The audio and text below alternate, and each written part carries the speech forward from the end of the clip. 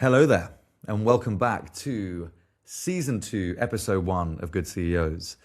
This is the season where we're focusing on creativity meeting capital. You hear me speak a lot about the GDP, the global GDP, doubling from 5% to 10% in the next 5 years. So, who did we invite on as our first guest? Of course, it was the wonderful man, James Greenfield. James Greenfield is the co-founder of Koto and the CEO of Koto. James and his co-founders recently took private equity investment from a company called Westbridge. And we get straight into that and straight into understanding why private equity, why is private equity interested in the creative economy? What does that mean? What are the options a founder has? What to look out for in a bad PE or private equity investor? And what other things you consider doing, because it's not as clean cut as just taking an investment like a bank loan and then scaling the business.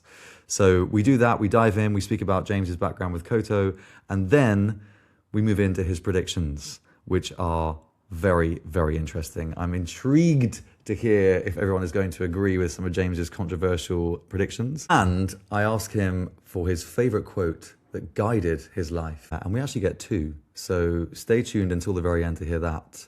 All right, let's get into it. James Greenfield, founder and CEO of Koto, thank you so much for joining me today. Nice to be here. Thank you, Ollie. Thank you.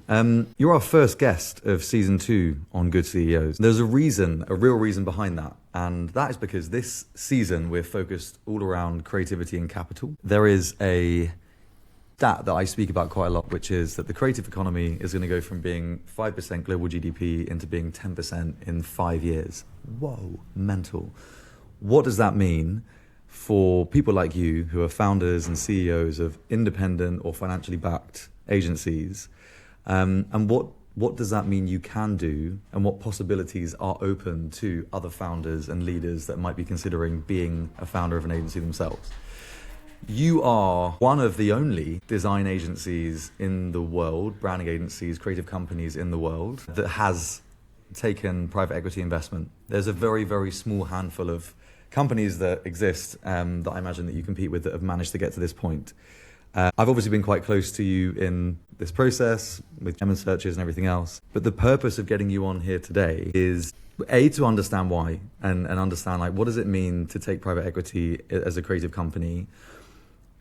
B, and it's more of a subtle point, I really think that there is a lazy negative view on capital and money in the creative economy cohort.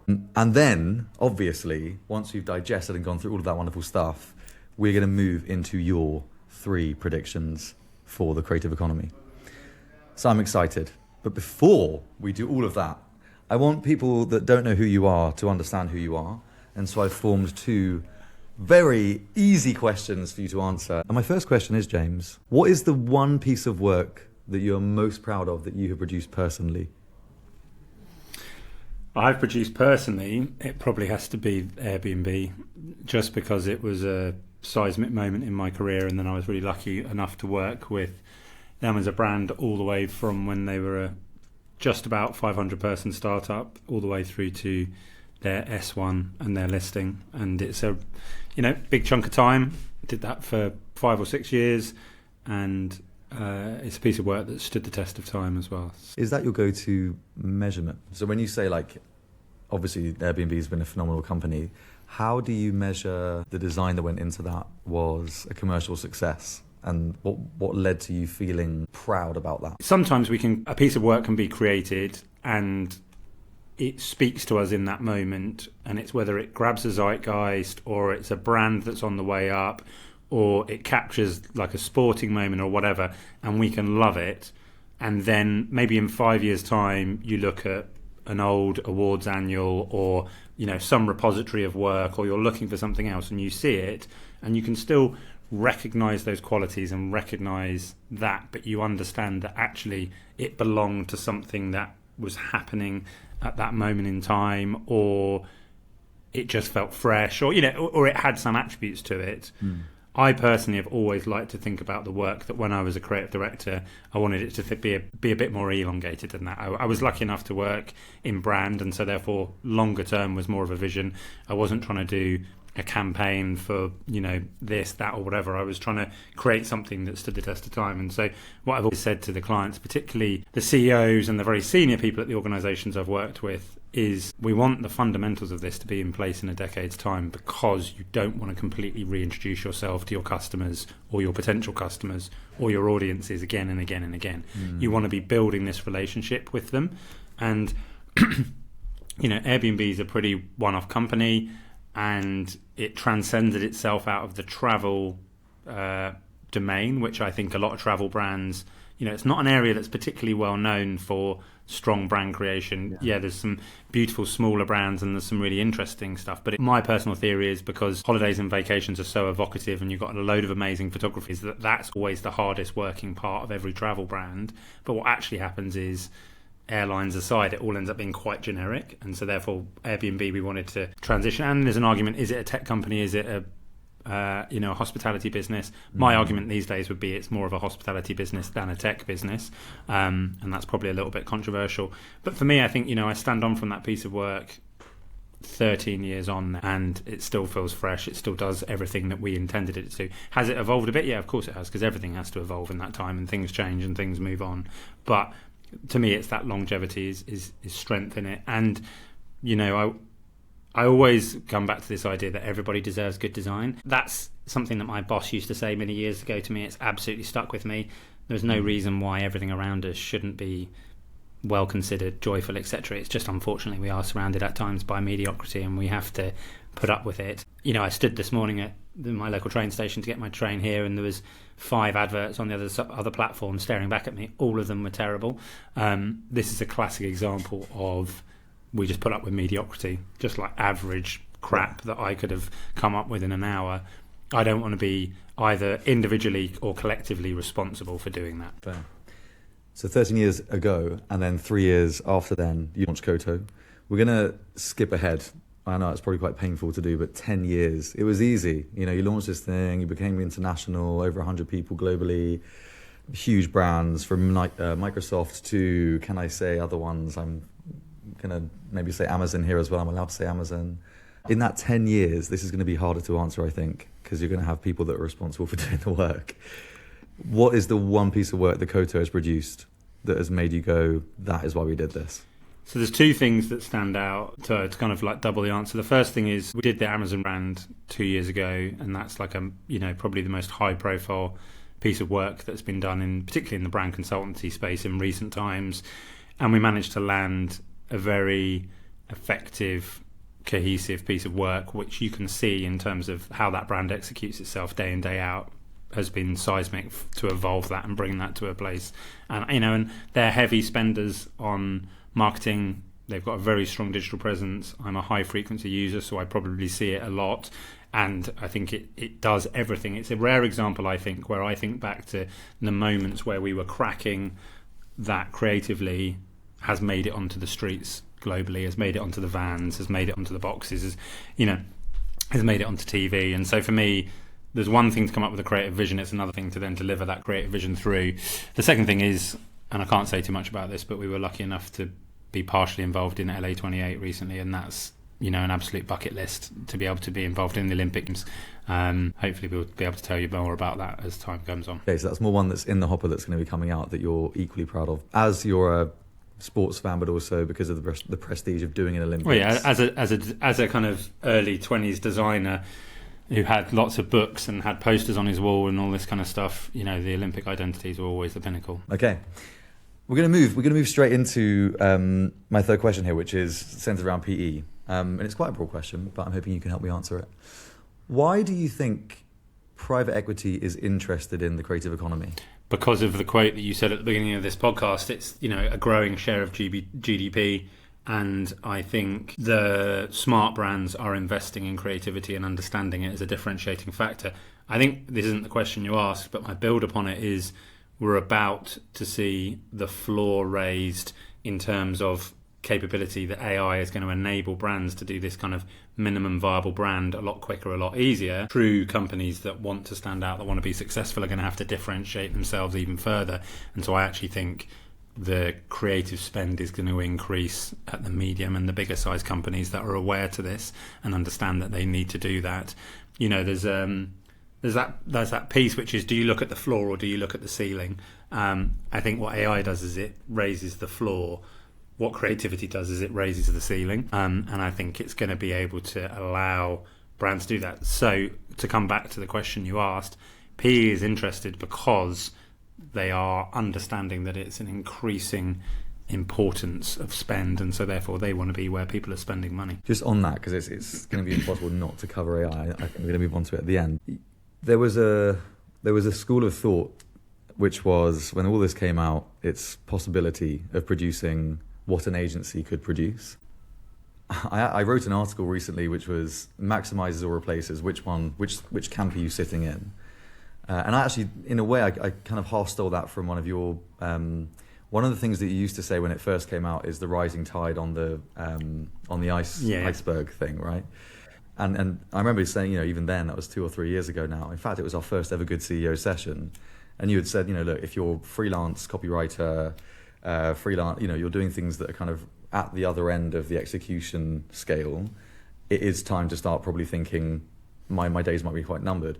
Whereas, as that tide's rising, the higher and closer you are to strategic consultancy and advisory, you might be safer for a while. Would you change anything about that school of thought now you've seen AI out in the wild, or even clients demanding that you're using it? No, because I think the complexity of the task you request from someone defines how well you have the capability to deliver that with AI. So if I own a hotel and I need to put some local area information to encourage people to come and stay at my hotel because I want them to explore a castle, some gardens, some other stuff. Previously, I probably would have paid a copywriter to draft some information that would go on the about the local area section on my website. If you're not copywriting minded, but you're the marketing manager of that hotel, you can now use AI to do as good a job as that person sat in their barn in Norfolk could have done writing that copy. Now, if you own an international hotel group and you want to create cohesion around the brand of 200 properties you've got, which encourages people to choose that over any of the other numerous places we can spend our hospitality money, what's the prompt that you put into Claude or ChatGPT or whatever your model of choice is that says, how am I going to get more people to spend more money in my residences and consider us over the options? Now, if you put that in today, however good your prompt is, you're going to get some standard boilerplate. You should consider doing this, this, and this. But everybody has the access to that information. And so therefore, what you do need to do is, if you don't have the answer yourself, or you don't have a feeling of the answer yourself, is you need to hire consultancy services that are going to help you elevate the experience, whether that's on property, off property, brand, website, whatever it is. So in a way, if I'm the commissioner of that information through AI, if I fully understand it and I've got the answer, I just can't necessarily make it myself, then I think AI will give you a reasonable answer. That said, if people are choosing hotels based upon the local area guide and everyone's local area guide looks exactly the same, then yet again the differentiation piece comes in. And so no, my position on it is no different than it was previously before. I am massively sceptical about this idea of AGI, and I just don't think we are where people say we are. Yes, it can code, but it's coding within an existing frame of something that someone else has created. When it comes to creativity, we've all worked with somebody who had that creative breakthrough moment, who said that thing, who did that thing, and it's very hard to pinpoint where that comes from. AI is based upon consensus, bringing many things together, and so therefore all it's going to do is it's going to make you a middle point of many things. That's fine if you're naming the features within your dog care app.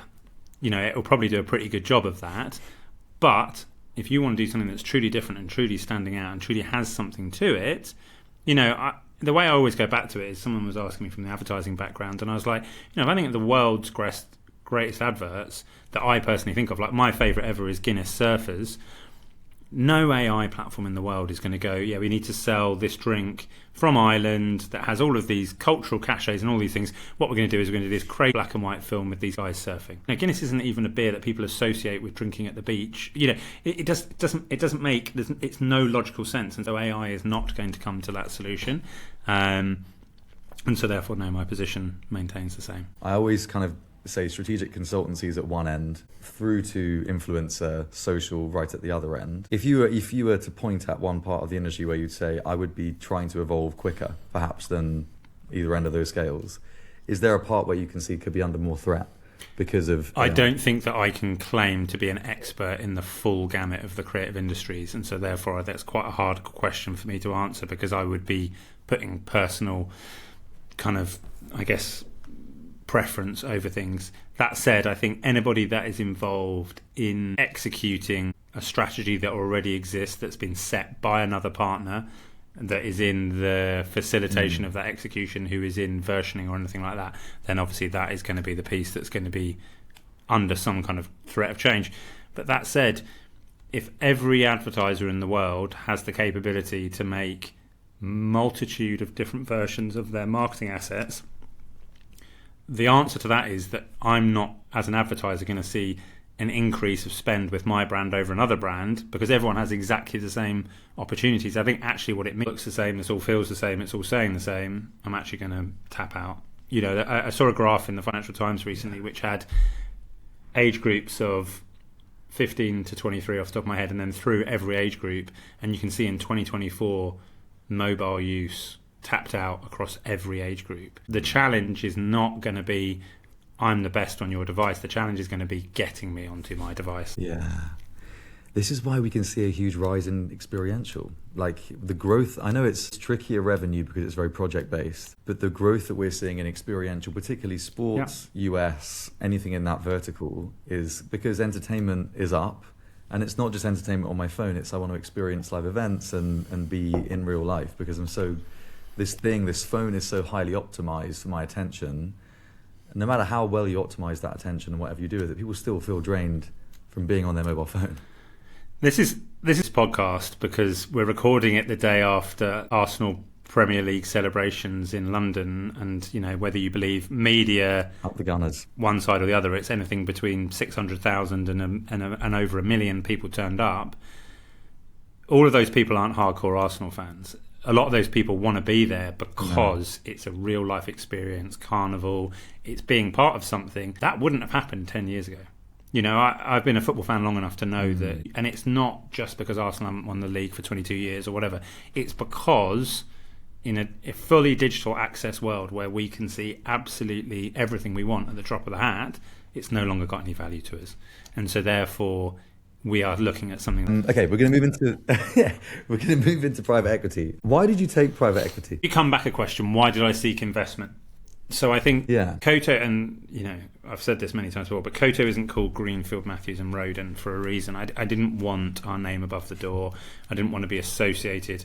I think if you go to the 20th century, the model was for creatives of kind of stature was there was a figurehead and then there was a supporting cast, and it was very much, you know, the kind of Picasso or whoever else model. And I think the creative industries followed that, and you know, and so there's all these famous advertising or design or creative agencies who had surnames above the door, and they were forever synonymous with the people that started those agencies. And you know, and many of the agencies of scale of today still legacy have those names, even though many of those people are long gone. I never wanted that personally, because I've always believed that creativity is a team game. You know, it's the idea that Johnny Ive single-handedly designed the iPhone. He didn't, you know, he was very influential in it, but there were hundreds, if not thousands, of people that designed that device at every moment and everything that makes it the ubiquitous thing that we all use every day. But the media tells this lie, this narrative that exists, which is one person does this because it's easy for us to comprehend this idea of single creative genius. It's, you know, it's that kind of statistical quirk. You know, unfortunately, if like 4 people die in a house fire, we can really, really associate that with empathetically, because there's 4 people. We understand what 4 people looks like. We understand 4 people's feelings. If 10,000 people die in a tragedy, we can't comprehend it. We almost find it impossible to get our heads around.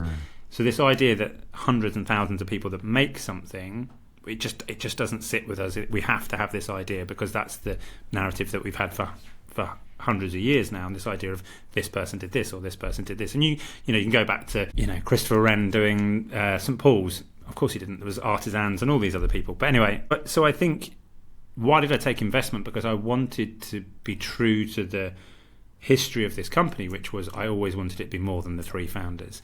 And so the primary concern I had at that moment in time was there was many people that had worked at Koto a long time, in many cases 7, 8, 9, 10 years, who I thought deserved to be shareholders, and to stay around and to kind of continue would have this benefit. The second component was I don't think many agencies or many agency founders are very good at thinking about tomorrow. I think we're so used to solving our clients' needs today, which is phone rings, email pings. I've got this thing, and then you go into kind of response mode and you're creative and you fix it, and sometimes it takes 2 weeks, sometimes it takes 6 months, sometimes it takes 2 years. And you're so fixated in what does today hold, but they're not thinking, where's my agency in 5 years? Where's my agency in 10 years? And I was always of the mind that I wanted to be a little bit more strategic about an agency, and understand that if you wanted to keep teams together and you wanted to have people that really knew how to work together in an effective way, you had to make them to be part of something. And so the first thing I did was I went out and looked with my co-founders for suitable ways which could mean that we could create a wider shareholding. And I met 40 plus different founders who had all been through some kind of change, and that's everything from an EOT through to full sale, through to strategic, through to partnership, and all pieces. And what I found in private equity was almost everybody felt that it had ended up being what they thought it would be like. And to me, I liked the fact that it was I'm always quite no nonsense as a person. You know me reasonably well. I'm very honest. I don't really pretend otherwise. And so I liked the idea that I knew what the downsides are, but I also knew what the upsides were. And so therefore, from this point of view, the feeling for us was this would allow us to create 16 new shareholders. And so therefore, we spread the base. And it would allow us to achieve some of the thoughts we had about the future of creative group, creative network, however you describe it, and how we better serve our clients in that environment. And so therefore, weighing it all up, PE was the right answer for us, as long as it was the right PE partner. And I want to get into that. Before we do, it's important to weigh up or identify what you were weighing up. I mean, for me, you mentioned EOT, employee-owned trust. Famous, I think John Lewis is an EOT, or like you've got these big employee-owned trusts. Callously speaking, very good usually for the founder because they get tax-free money and they sell their shares back to the business. Generally, on the whole, much harder for the business and the employees to then get to the value or the enterprise value that the founder has been valued at. From what I've seen, they get quite a bad name for themselves. I know they work. Well, I think just to interject there, I think the reason they don't work is because you're trying to take something from somewhere to somewhere else that is so fundamentally different to what it was previously. And so therefore, I think that's one of the things that people really need to bear in mind when they're looking at acquisition, investment, or whatever, is that you've only gone one way the whole time, probably. Now you've had ups and downs and lefts and rights and scales, but you have really gone one way. And suddenly you're telling me that you're going to do 90 degrees and go the other way, and you expect nothing to be affected. The second trade, I mean, classic. Publicis recently acquired Fabric. I mean, there's loads of different versions of trade, but essentially how WPP, Omnicom, or any of them have grown a trade sale. There's also that one in between, which is, a private equity backed independent group. There's quite a few of those now, looking at the likes of Residents. Were you tempted to consider that? We decided that we'd rather do that ourselves. And I think the reason for that is if you become one asset amongst many, which is totally right for some people, you have to understand how aligned you are with what all of those assets want to do. And in our case, I think when we looked at those, in some cases we would be less than 10% of the overall organisation. And, what's the governance structure? What's the regulatory structure? How is this considered? How is this financed? All of those elements had to be considered. We didn't find an example where we were happy with the answer to all of those questions. I did a thing recently which was like PEX and TIX. And I didn't really give a chance to do much on the other side, which is founder X and TIX of, okay, you go out, you're on this kind of roadshow, numbers are strong, you're feeling confident because you know that you have something that is of value. Companies are potentially offering you things in businesses that you respect. Then you start to open up the private equity channel of conversation. What did you pick up on this part of the journey? And I'd love to know, like, for the person that's listening to this right now, they're probably a founder, that maybe they're considering doing a PE deal at the moment. What did you learn on that journey, and did you pick up any icks? And I guess you're going to tell us about some of the ticks that you got from Westbridge. I think one of the things that is challenging for anyone that's investing in the creative economy is to really understand what we do. I think it is not that easy to understand from the outside, particularly some areas. I think if you're an advertising agency, you can point to the outcome and say there's a TV advert, there's a poster. I think if you exist in more strategic areas, or you exist in a world that is a little bit more complex or a little bit broad, that can be really tough. And so one of the things that I was keen to try and get to was a partner that had the beginning of an understanding of the product. And that could be that they maybe looked at consulting in a broader sense. It could be that they had service industry experience. It could be any way in. But what I wasn't particularly interested in was someone that the rest of their portfolio was old people's homes, garages, stuff that's very simply structured, and and it's repeatable. Yeah.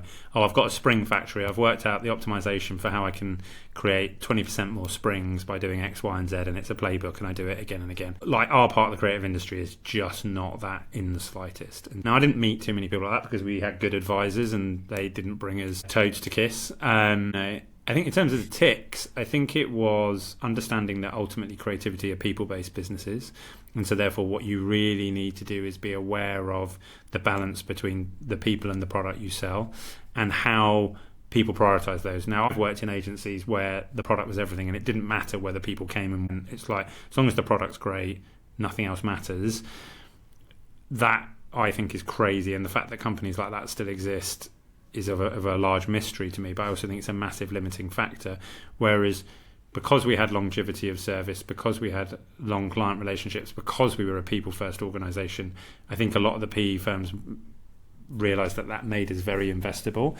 And from my point of view, I wanted people to understand that and recognise that. What you want to hear is when someone goes, what we like about you is X, Y, and Z, and you go, oh, that's the same things they're the things I set out to do. They're the things I intended, or we intended to do. And so therefore, that's good because there's a resonance here. It works on that front. And so for me, what I was looking for was the questions they were asking.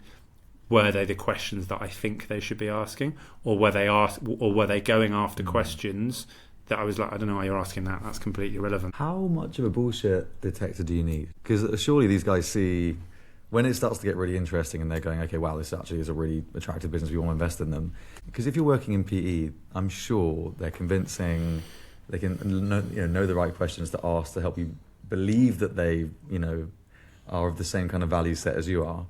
Did you find that there was a way of identifying whether they were real or not? My experience is most people that work in PE have got an accountancy background, and so they're not necessarily as smooth or salesy as you would expect them to be. It's really not that environment, and so therefore you don't really have such a bullshit detector because it's maths. It's either right or wrong. It's binary, and so therefore you don't see that in the same way that you do see in other industries, and so therefore I actually found it was reasonably. And what about the areas of subjectivity where there is value but they don't understand? They employ advisors, and if they've employed the right advisors, then those right advisors know your industry inside and out, and they can be like asset A, asset B, asset C in terms of the valuation or whatever.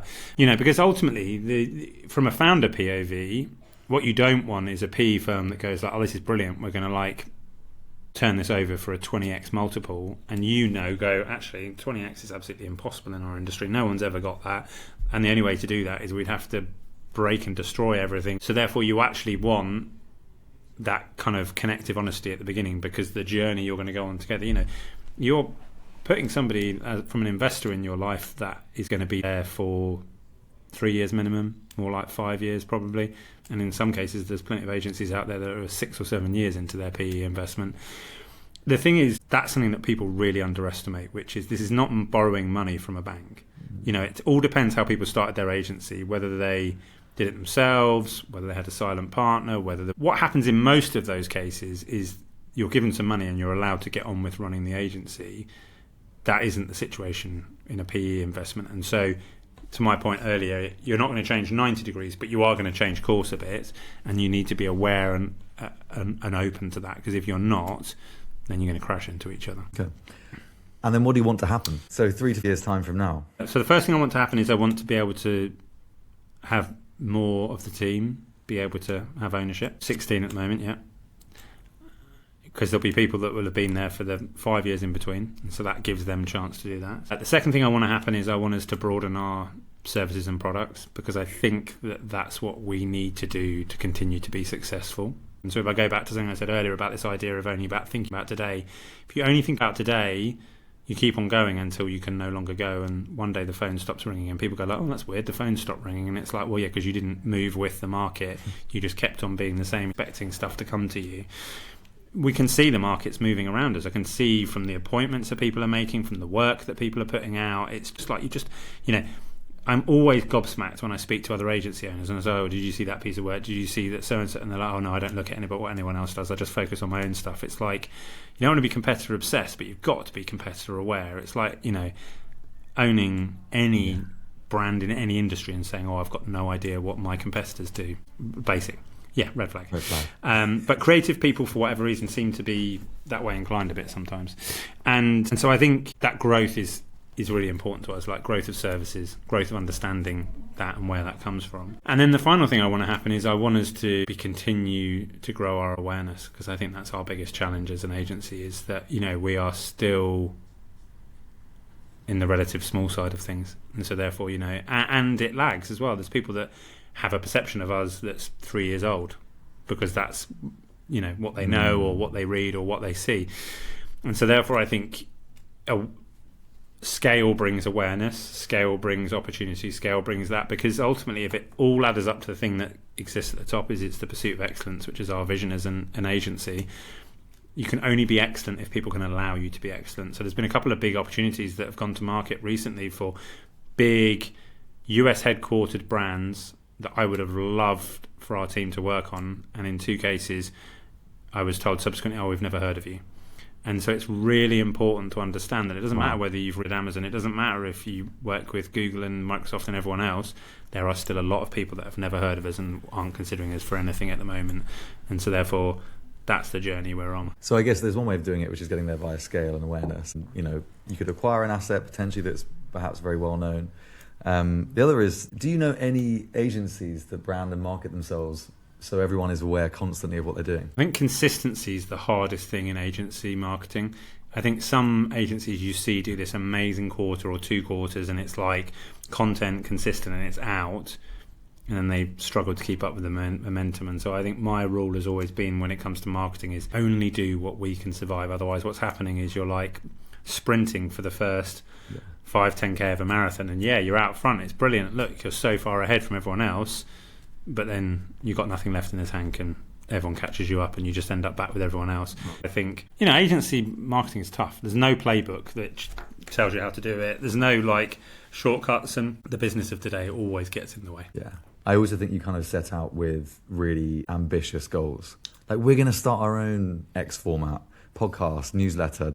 And you're right, it always goes well for the first 4 weeks. And then either the system they set up wasn't good enough, or something's dried up, or even the motivation to do it. Or it won them a massive piece of work, and it's brilliant. It won them a massive piece of work, but now they've got, the UK's biggest supermarket as their number one client and is giving them absolutely tons of work. And they're like, oh, and they can't do the thing anymore. Turn that tap off. I want to move into independence, because you are still independent. I guess taking PE money either way makes you an independent business.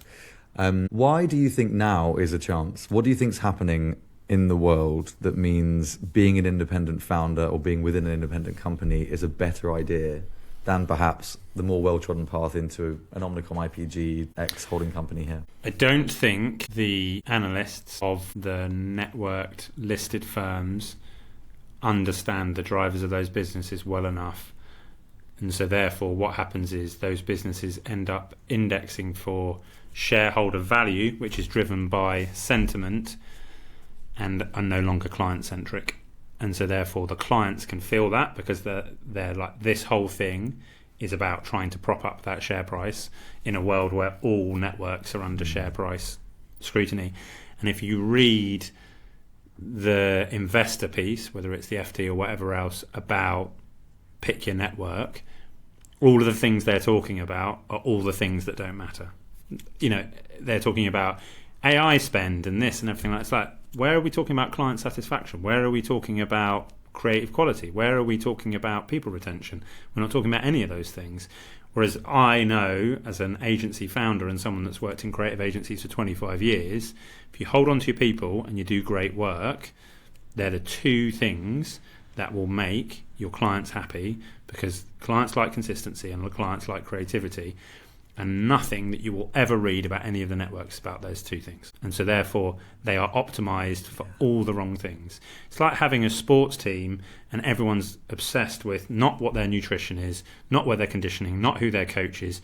They're worried about the stadium they play in, or like some other arbitrary stuff. It's like, and so therefore they can't win. And what happens is we end up in this world now where what's the thing that's really broken is the clients, not all, but in many cases, have gone, I no longer need to buy from a network. I can buy from an independent, and I'm actually going to get just as good, great stuff, because we've passed that point where enough companies have gone and bought their services from great independent shops, and so therefore it's not this kind of status quo that exists anymore. And so that's why we find ourselves in a good opportunity. I wonder if the nobody gets fired for hiring IBM line is now going to become irrelevant. Perhaps you do. Perhaps you do get fired for hiring a holding company instead of the way better, way more, tapped in independent business. And again, what that means, we're seeing, because, holding companies, they are relatively new in terms of like how an industry has been formed. Is this just a cycle? Did this happen before, where companies were desperate for independent businesses, and then something like an AI meteor happens, or digital or social media happens, and suddenly you go, oh God, get the specialists back because they know these guys can't move fast enough? I think neo networks managed to do a smashing job, stay private and break forward, then I think you might start to see more of that consolidation. Yeah, agreed. The thing I keep on hearing about is the adoption of AI being so slow, and when they have finally got it through procurement at a large holding company, the efficiency is lost. And so they're in this constant cycle of, oh, we've just signed on OpenAI, or we made our own proprietary IP, which is now crapper than the thing in Claude that they've just launched. So it's so hard to get ahead and then build a pricing model around that when AI is just appearing in different ways. Well, you can. Timing is everything, right? We all know that timing is one of the most important things. I think a lot of the proprietary AI IP that had a lot of money spent on it was too early, and it was compelling. You read, I remember reading a couple of them, and I was like, well, if they pull that off, that's a very impressive piece of stuff. Didn't pull it off necessarily to the right level, from what I understand. And yet again, it's not client-centric. It's indicating to the market versus indicating to the clients. And so therefore it's because they know they have to do it, because otherwise share price gets tanked and CEO is on the hook for the share price, not anything else. Yeah, that's the challenge. Okay, rise of the independents. Lastly, and we kind of covered this, but in case you had anything on your mind, I wanted to cover AI. What have you seen that is good in the land of AI? And because no one has managed to tell me this yet, kind of half had this answered, but everything I've heard so far about AI has been bottom line generative. It's been reducing costs and efficiencies. I haven't heard or seen anything that's been top line generative, or producing things and generating more value for their clients or value for the agency. Have you seen anything yet that has made you go, that's going to help everything grow? Yeah, all the time. Better? We use it all the time in that way. We just did a big campaign for an American brand, and all the imagery throughout the whole thing is AI generated. The timeline of it was such that we would never have been able to go and shoot the creative idea, and so we would have ended up with either a watered down creative idea, because that's all we could shoot, or we would have ended up with stock imagery, which would have been like trying to force something into that. If one thing dies in the near future, it's going to be stock imagery, and no one will be crying. It's not been a loved resource for years. I see us do creative outcomes every week without failure. We're doing this stuff for this bank at the moment, and we've been using AI to help us think about the physical manifestation of how customers can interact with their account from a security POV. And the stuff that the team are making using AI to be able to envision these ideas without giving too much away, we wouldn't have been able to do it before. It would have been impossible. What we're heading towards, and we're at the beginning of it, is the freedom for a creative who embraces it to be able to 10x their ideas and their outcome of their possible ideas. And so therefore I see that, every month when I look at the work, I see it through that lens and it coming through that way. So yeah, I see it all the time. And we've all seen amazing creative outcomes, whether it's on social media or wherever else that people are bringing together. So yeah, no, I'm not seeing it as a kind of ROI automation. There is that element to it, and of course that's going to be great, and agentic layer and all that kind of stuff is definitely going to be in place. Though I think we are going to have a really interesting challenge in the coming quarter or two, or maybe a little bit longer, which is, I've spent all this money on AI, what's my ROI on it? And that's the next phase that we're about to come through. There's a big article that's come up from Gartner on that. And I love what you said about spreadsheets and accountants. When the spreadsheet arrived, yes, that was the end of the bookkeeper, but then the rise of the accountant. And I'm hoping that this is going to lead to the rise of the creative or the rise of the design-led person, because there's nothing you can't do with this thing. I'm accepting of that. I've also been invited on to speak about this on a panel, and I feel a little bit of an imposter because I know nothing about actual tools. I can speak about value, but I'll message you privately to get some more lines from you. You can come over and I'll put one of the team through your boot camp. Yeah, thank you. Okay, we're now moving into your predictions. So I want to get into, what are you predicting? What are your 3 predictions for the creative economy? So the first one, which you've kind of alluded to a bit already, is, but I think the increasing importance of experience.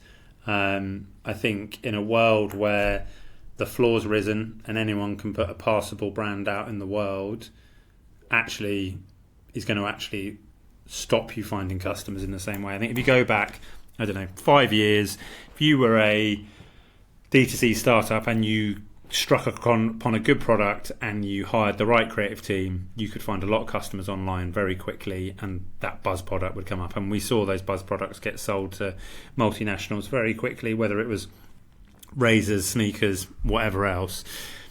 That will continue to happen, but I don't think you'll get to the heights in the same way. There'll be the odd occasion where that happens.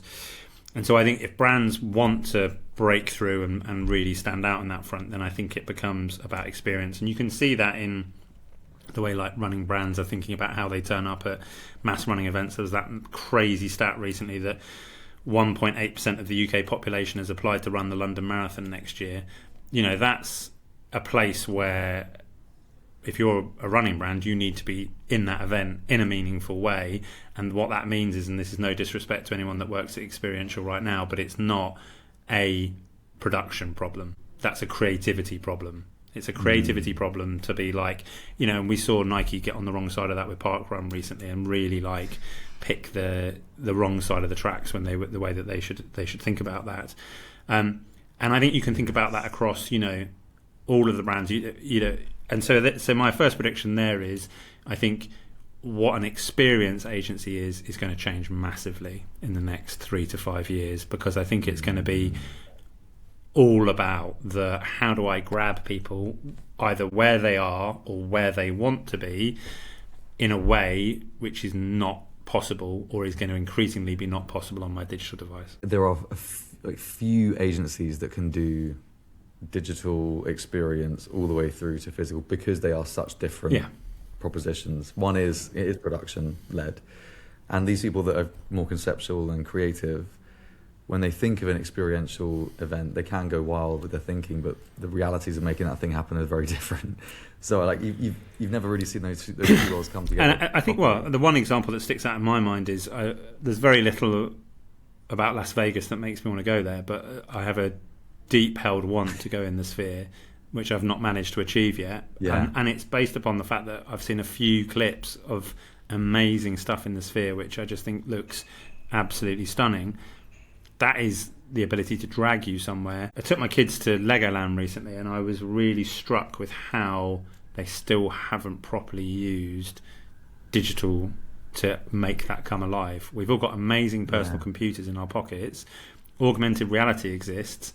Kids are pretty digitally literate, but there's none of that there because they obviously aren't motivated by it. But I think the people that get that right we're gonna see an amazing amount of creativity and amazing kind of outcome, and people are going to see high value in it. I like that. Rise of experience. Okay, what is prediction number 2?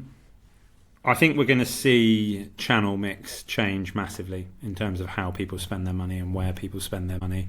I think advertising is in an absolute death spiral, and unless someone sorts out the creative standard and brings that floor up, I think it might die or have to be really, really have drastic surgery. And I think on that front, it's going to be really interesting to see whether people manage to achieve that or not. And, we all know that social is grabbing massively increasing amounts of what was standard marketing budget that was allocated. But, we're in the nicotine patch phase where people are buying physical devices to stop them going on their phones, whether that's a brick or whatever else it is. For many years people smoked happily and it was like brilliant and everyone loved it. Now we've decided that a lot of our social apps that we're addicted to are akin to smoking, and so therefore we're trying to nicotine patch ourselves away from it, whether that's screen limits, whatever. And so therefore I think, okay, if I'm wanting to spend less time on my device, which we all read in people's like New Year's wishes, etc., doesn't matter if marketing's putting its money in that way, then what's going to happen in the places where I have no choice whether I see that or not, which is physical advertising in space or advertising around shared moments, etc. So I think that's going to become under increasing scrutiny, which is I'm hopeful that clients are going to say, actually, I'm not willing for that to just be dialed in anymore. I want to actually see some true standout creativity there, because I think a lot of the stuff that's happening in social, when it stands out, is really interesting and people are doing different stuff. I think it's time that goes back to more traditional campaign. Interesting. I wonder what a traditional campaign will be in 5 years' time, because it won't be what we have today. Yeah, that's interesting. Okay, so that's channel allocation or like money distribution. I guess the way you could say that in a different way is a CMO will think about how to spend their money in a much less big, small way. Yeah. There's a lot of talk about the CMO, that role being entirely different now and moving more into a CEO-y kind of type position. But I think that's because of the media tools that they've had at their disposal. It's gone from relatively hunch-based decision-making and focus groups and things that weren't really true representations of how a campaign is going to do, to immediate, I can tell you right now how that campaign is doing and what it's probably going to do. And I think you're right, we're sort of you can't do that anymore if people are on the apps less, engaging less, blocking the things, downloading apps to come off the apps. So then how we it's also about like the mental position you take into it. Like two of the best bits of advertising I've seen recently are for Anthropic and OpenAI, and I think it's in both cases they chose good creative firms who had a good free reign, and in both cases, like one's based in comedy and the other one's based in beauty and like life affirming. I think you can tell that they, at the moment of commission, were both confident companies that were strong in their position about where they were and where they found themselves. And so therefore you can feel that in the commissioning and the creativity, versus I think some of the other brands that you would expect great marketing to come from are probably having a harder time of it, and so therefore they're not so confident in their creativity. And so you can feel it in the brief, in the outcome, in the agency choice. You can just feel it all the way through. Yeah, that's so true. Okay, last prediction. Third prediction, please. I think we're not more than 6 to 12 months out from AI being less noisy. I feel like we are, the models are amazing. It's very easy to forget what the model before and the model before was like. Hallucination rates are dropping. It can do amazing, sophisticated stuff.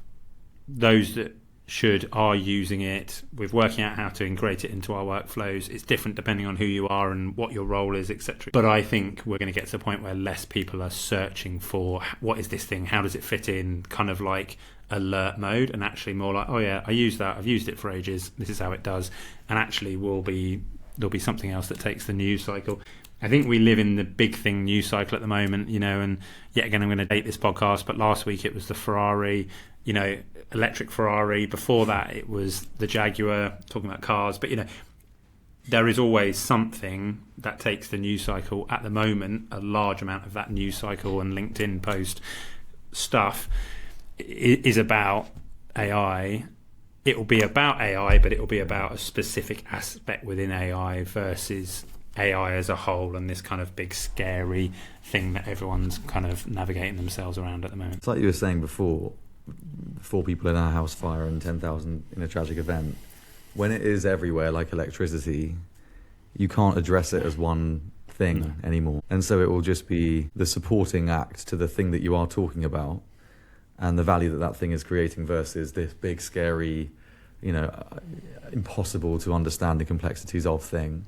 And it's not new anymore. I always compare AI to electricity because I just think it's like the companies that have, put .ai. I think unless you are an AI business like Anthropic or OpenAI, don't put .ai in the company. It's going to be like .electricity, and that's a dangerous thing. But that's to the be classic building on mistake moats that so many around. companies make, which is they're so obsessed with raising money from VCs or whoever that they go after the stuff that they need, and so a .ai URL or whatever.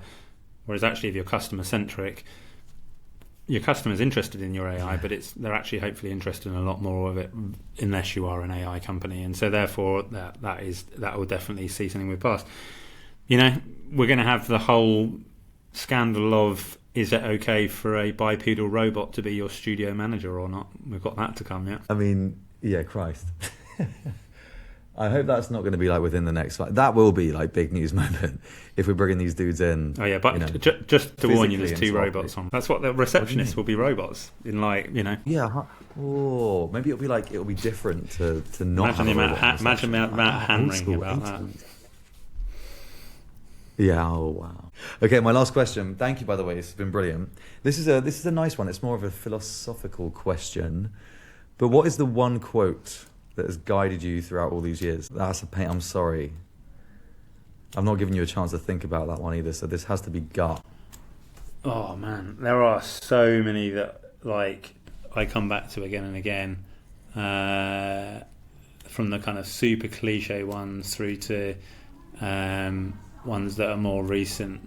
You can give me ones that you repeat a lot, but then you can. Then if that then prompts another one. I can someone like, listening this to one this has will be never like, "Oh my god, I happened can't true." believe he didn't say X," because he always says that. But Yeah. I give you recency bias, but one that absolutely stopped me in my tracks recently is from Albert Camus' book The Plague, where he very glibly says that the first half of man's life is ascent and the second half of man's life is descent.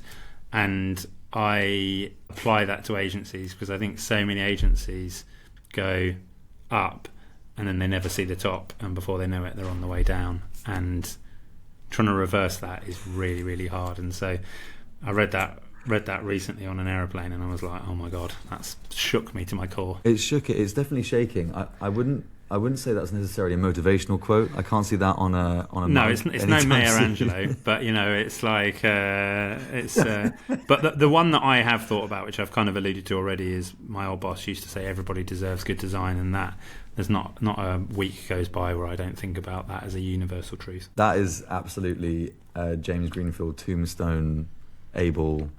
I can see that. It makes sense. That's a 100%, forever yeah. thing. Doesn't matter what change. It doesn't matter whether we've got bipedal robots on reception or whatever. It's like everybody deserves good design. Yeah, I love that. I love that. James, thank No you so worries. much. I've thoroughly enjoyed this conversation. We're going to digest all of this and we're going to put it into a stunning newsletter and make you sound and look like the legend that you actually are.